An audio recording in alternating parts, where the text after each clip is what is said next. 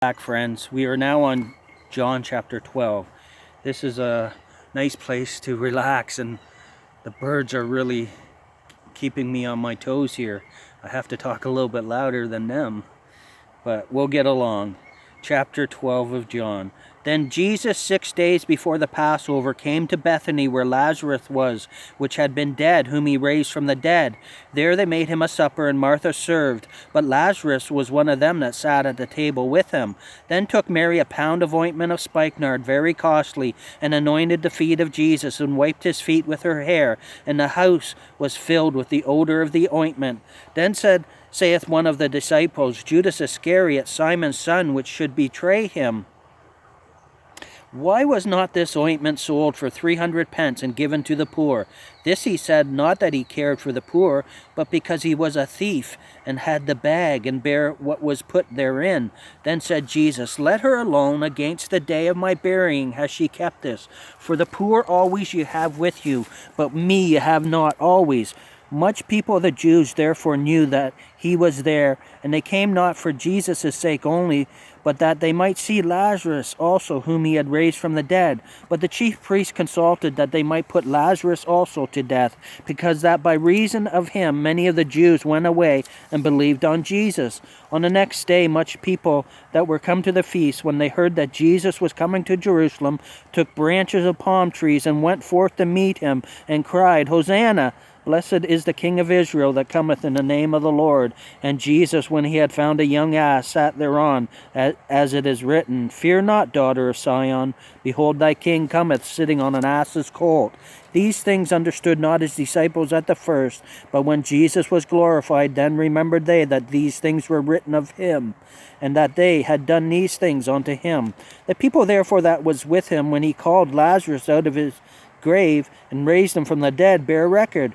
For this cause the people also met him, for that they heard that he had done this miracle. The Pharisees therefore said among themselves, Perceive ye how ye prevail nothing? Behold, the world is gone after him. And there were certain Greeks among them that came to worship at the feast. The same came therefore to Philip, which was of Bethsaida of Galilee, and desired him, saying, Sir, we would see Jesus. Philip cometh and telleth Andrew, and again Andrew and Philip tell Jesus. And Jesus answered them, saying, The hour is come that the Son of Man should be glorified. Verily, verily, I say unto you, except the corn of wheat fall into the ground and die, it abideth alone. But if it die, it bringeth forth much fruit. He that loveth his life shall lose it, and he that hateth his life in this world shall keep it unto life eternal. If any man serve me, let him follow me, and where I am, there shall also my servant be. If any man serve me, him will my Father honor. Now is my soul troubled, and what shall I say? Father, save me from this hour? But for this cause came I unto this hour. Father, glorify thy name. Then came there a voice from heaven, saying, I have both glorified it, and will glorify it again. The people therefore that stood by and heard it said that it thundered. Others said, An angel spake to him. Jesus answered and said, This voice came not because of me, but for your sakes. Now is the judgment of this world. Now shall the prince of the world be cast out. And I, if I be lifted up from the earth, will draw all men unto me. This he said, signifying what death he should die. The people answered him, We have heard out of the law that Christ abideth forever. And how sayest thou, the Son of Man must be lifted up? Who is this Son of Man? Then Jesus said unto them, Yet a little while is the light with you. Walk while you have the light, lest darkness come upon you. For he that walketh in darkness knoweth not whither he goeth. While ye have light, believe in the light, that ye may be the children of light. These things spake Jesus, and departed, and did hide himself from them. But though he had done so many miracles before them, yet they believed not on him, that the saying of Isaiah the prophet might be fulfilled, which he spake, Lord, who hath believed our report, and to whom hath the arm of the Lord been revealed? Therefore they could not believe, because that Isaiah said again, He hath blinded their eyes and hardened their heart, that they should not see with their eyes, nor understand with their heart, and be converted, and I should heal them. These things said Isaiah when he saw his glory, and spake of him.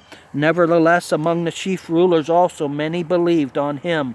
But because of the Pharisees, they did not confess him, lest they should be put out of the synagogue. For they loved the praise of men more than the praise of God. Jesus cried and said, He that believeth on me, believeth not on me, but on him that sent me. He that seeth me, seeth him that sent me. I am come a light into the world, that whosoever believeth on me should not abide in darkness. And if any man hear my words and believe not, I judge him not, for I came not to judge the world, but to save the world. He that rejecteth me and receiveth not my words hath one that judgeth him. The word that I have spoken, the same shall judge him in the last day. For I have not spoken of myself, but the Father which sent me. He gave me a commandment, what I should say and what I should speak. And I know that his commandment is life everlasting.